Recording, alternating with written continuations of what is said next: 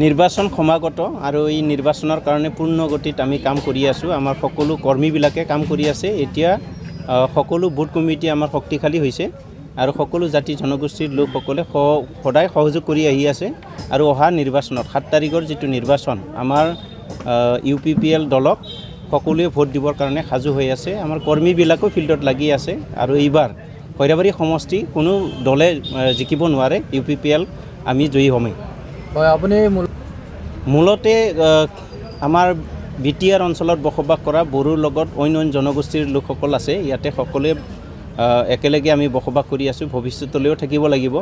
এই জাতি জনগোষ্ঠীবিলাকৰ বিভিন্ন সময়ত বিভিন্ন ধৰণৰ সমস্যাবিলাক সন্মুখীন হৈ আছে আৰু এই ইছ্যুবিলাকক সমাধান কৰাৰ উদ্দেশ্যেই আজি চৰকাৰে যিটো এটা সিদ্ধান্ত ল'ব লাগে বা চৰকাৰে যিবোৰ সমস্যা সমাধান কৰিব লাগে, এই ক্ষেত্ৰত বিগত 17 বছৰে হাগ্ৰামা মহিলাৰী চৰকাৰখনে বিফল হৈছে আৰু এতিয়া এই সমস্যাবিলাক দূৰ কৰিব লাগিব।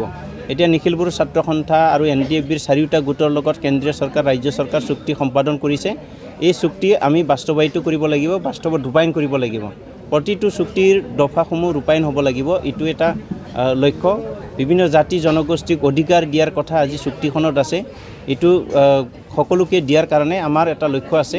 সকলো জাতি জনগোষ্ঠীৰ লোকসকলে যাতে ইয়াত বসবাস কৰি পেলাই শান্তিকৈ জীয়াই থাকিব পাৰে, সুখেৰে জীয়াই থাকিব পাৰে আৰু তেওঁলোকেও অনুভৱ কৰিব পাৰে যাতে যে ইয়াত বসবাস কৰাটো আমাৰ কাৰণে ভাল হৈছে, আমি উন্নয়নৰ মুখ দেখিবলৈ পাইছোঁ, এনেকুৱা অনুভৱ যাতে হয়, এইটো আমাৰ প্ৰধান লক্ষ্য।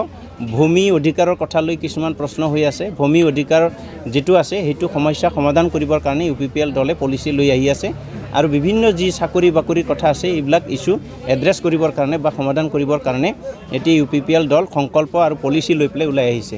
গতিকে এইটোৱে আমাৰ প্ৰধান লক্ষ্য আৰু ইয়াত দুৰ্নীতি হৈছে, ভ্ৰষ্টাচাৰ হৈছে, অপশাসন হৈছে, এইটো শেষ কৰিব লাগিব। তেতিয়াহে আমাৰ নিবনুৱা সমস্যা সমাধান হ'ব। মেৰিট বেচিছত মানুহবিলাকে চাকৰি পাবলৈ সক্ষম হ'ব, সংস্থাপন পাবলৈ সুবিধা পাব আৰু সেইকাৰণে এতিয়া সকলোৱে UPPL দলক সকলোৱে আঁকোৱালি লৈছে। একো নাই ইয়াতে, আমি সকলোতকৈ আগত আমি আছোঁ।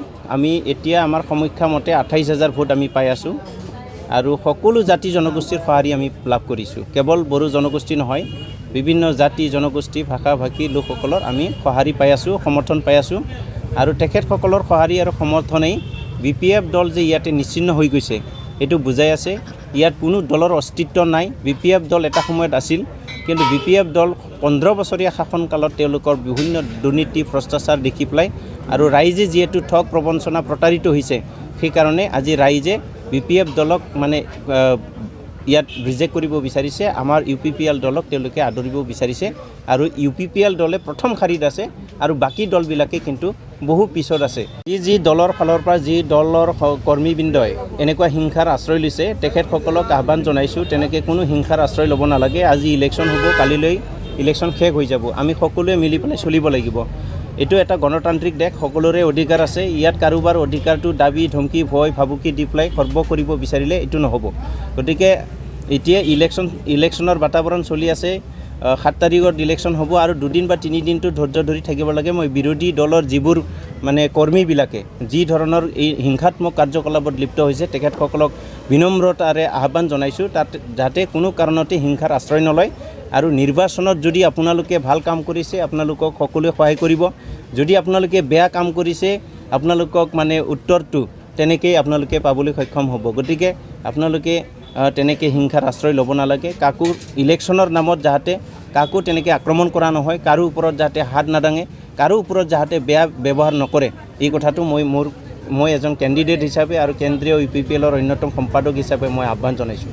7 তাৰিখত অনুষ্ঠিত হ'ব লগা যিটো BTR কাউন্সিলৰ নিৰ্বাচন, সেই কাউন্সিলৰ নিৰ্বাচনত সকলো BTRবাসী ৰাইজক মই এটাই আহ্বান জনাইছোঁ, পৰিৱৰ্তনৰ স্বাৰ্থত আপোনালোকে সকলোৱে নিজ নিজ ভোট কেন্দ্ৰত গৈ পেলাই যাতে ভোটদান কৰে আৰু ট্ৰেক্টৰৰ ছবিত যাতে ভোটটো দি পেলাই UPPLৰ চৰকাৰ আনে। UPPLৰ চৰকাৰ যদি হয় আপোনালোকৰ জনসাধাৰণৰ দুখীয়া দৰিদ্ৰ লোকসকলৰ চৰকাৰ হ'ব আৰু সেই চৰকাৰটো যেতিয়া আহিব আপোনালোকে সকলোৱে সা সুবিধা পাব। আমাৰ BTRত এতিয়া নতুন এটা চুক্তি হৈছে, এই চুক্তিটো ৰূপায়ণ কৰিব লাগিব আৰু দুৰ্নীতি ভ্ৰষ্টাচাৰ অপশাসন BPFৰ 17 বছৰীয়া যিটো শাসনকাল এইটো আমি অৱসান ঘটাব বিচাৰিছোঁ, এটা নতুন যুগৰ সূচনা কৰিব বিচাৰিছোঁ।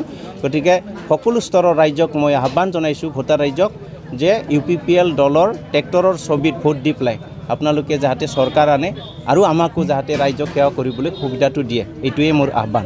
পদ আছে আমাৰ এইটো সমষ্টিত 56,000 পৰা যদি পল হয় 46-47,000 পল হ'ব।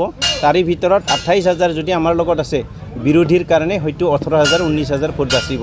বিৰোধী বুলি কওঁতে BPF আছে, BJP আছে, GSP আছে, গণ সুৰক্ষা পাৰ্টি আছে, এই আমাৰ নিৰ্দলীয় পাৰ্টি আছে আৰু ইফালে মানে VPI আছে। সেইকেইটাৰ মাজত 18,000 ভোটটো মানে ভাগ কৰিব লাগিব আৰু বাকী আমাৰ 28,000 আছে। গতিকে ইয়াত কোনোৱে প্ৰত্যাহ্বান নহয়, কোনোৱে চেলেঞ্জ নহয় আৰু কাকোকে আমি ইয়াতে এতিয়ালৈকে আমাৰ কাৰণে কোনোবা ডাঙৰ শক্তি আছে বুলি আমি ধৰি লোৱা নাই। হয় না, তেওঁলোকে এটা ৰাষ্ট্ৰীয় দল হিচাপে তেওঁলোকেও নিৰ্বাচন খেলিব, এইটো অধিকাৰ সকলোৰে আছে। ৰাষ্ট্ৰীয় দল, আঞ্চলিক দল সকলোৰে অধিকাৰ আছে আৰু তেওঁলোকে ইলেকশ্যনত অংশগ্ৰহণ কৰিবই, প্ৰাৰ্থিত্ব আগবঢ়াব। কিন্তু কাউন্সিল ইলেকশ্যনত কাউন্সিল গঠন কৰিব লাগিলে ইয়াতে দুটাই দল আছে। BPF এটা, BPFৰ দিন উকলি গৈছে আৰু UPPL নতুনকৈ উত্থান হৈছে। UPPLক সকলোৱে আঁকোৱালি লৈছে। UPPL দলেহে ইয়াত চৰকাৰ গঠন কৰিব পাৰিব আৰু UPPLৰ বাদে বাকী দলবিলাকক কোনো ৰাইজে ভোট দিবলৈ ইচ্ছা প্ৰকাশ কৰা নাই। কেৱল এটাই বিকল্প, BPFৰ বিকল্প হৈছে UPPL দল আৰু UPPL দলত থাকিলেহে অধিকাৰবিলাক পাব, সকলোৱে আশা কৰি আছে। ইয়াত জনগোষ্ঠীবিলাকে অধিকাৰ পাবলৈ গৈ আছে, ইয়াত সকলো স্তৰৰ ৰাইজে মানে অধিকাৰ পাবলৈ গৈ আছে। দুখীয়া দৰিদ্ৰ লোকসকলে অধিকাৰ পাবলৈ গৈ আছে। নিবনুৱা সমস্যা সমাধানৰ কাৰণে যিটো পদক্ষেপ লোৱা হৈছে, আমাৰ যিসকল শিক্ষিত যুৱক যুৱতীবিলাক আছে এই দলটোক মানে সমৰ্থন দিছে। গতিকে এই দলটোৱে চৰকাৰ বনাব আৰু বেলেগ দলে ইয়াত কোনো চৰকাৰ বনাব নোৱাৰে। BJP কেণ্ডিডেট দিব পাৰে, BPF দিব পাৰে, GSP দিব পাৰে, কোনোবা নিৰ্দলীয় আহিব পাৰে, কাৰোৰে ইয়াতে গুৰুত্ব নাই। কেৱল মাত্ৰ UPPL আৰু UPPL জিকিব আৰু UPPL চৰকাৰ বনাব। গোষ্ঠীবিলাকক অধিকাৰ দিবই লাগিব। ইয়াত সকলো জাতি জনগোষ্ঠীৰ যিবোৰ জাতীয় সমস্যা আছে এইবিলাক সমাধান কৰাৰ কাৰণে আমি পদক্ষেপ ল'ব লাগিব। ইয়াত দুখীয়া দৰিদ্ৰ লোকসকলক সহায় কৰিব লাগিব, তেওঁলোকে যাতে মানে নিজৰ ভৰিত নিজে থিয় দি পেলাই নিজৰ ঘৰখন চলাব পাৰে তেনেকৈ ব্যৱস্থা কৰি দিব লাগিব। চৰকাৰী চাকৰি যিমানখিনি মানুহে পাব তাতকৈ অধিক মানুহ হয়তো চৰকাৰী চাকৰি নাপাব, তেওঁলোকৰ কাৰণে সংস্থাপনৰ ব্যৱস্থা আমি কৰিব লাগিব। ইয়াত ইণ্ডাষ্ট্ৰী স্থাপন কৰাৰ কথা আমি চিন্তা কৰিব লাগিব, ইয়াত ফেক্টৰী স্থাপন কৰিব লাগিব, ইয়াতে জব মানে কিছুমান অৰিয়েণ্টেড মানে কামবিলাক আমি আনিব লাগিব আৰু ফাৰ্মিং কৰি পেলাই মানুহবিলাকক এংগেজ কৰিব মানে আমি অৰ্থ উপাৰ্জনৰ ব্যৱস্থাটো কৰি দিব লাগিব। এইটোৱে আমাৰ মূল উদ্দেশ্য।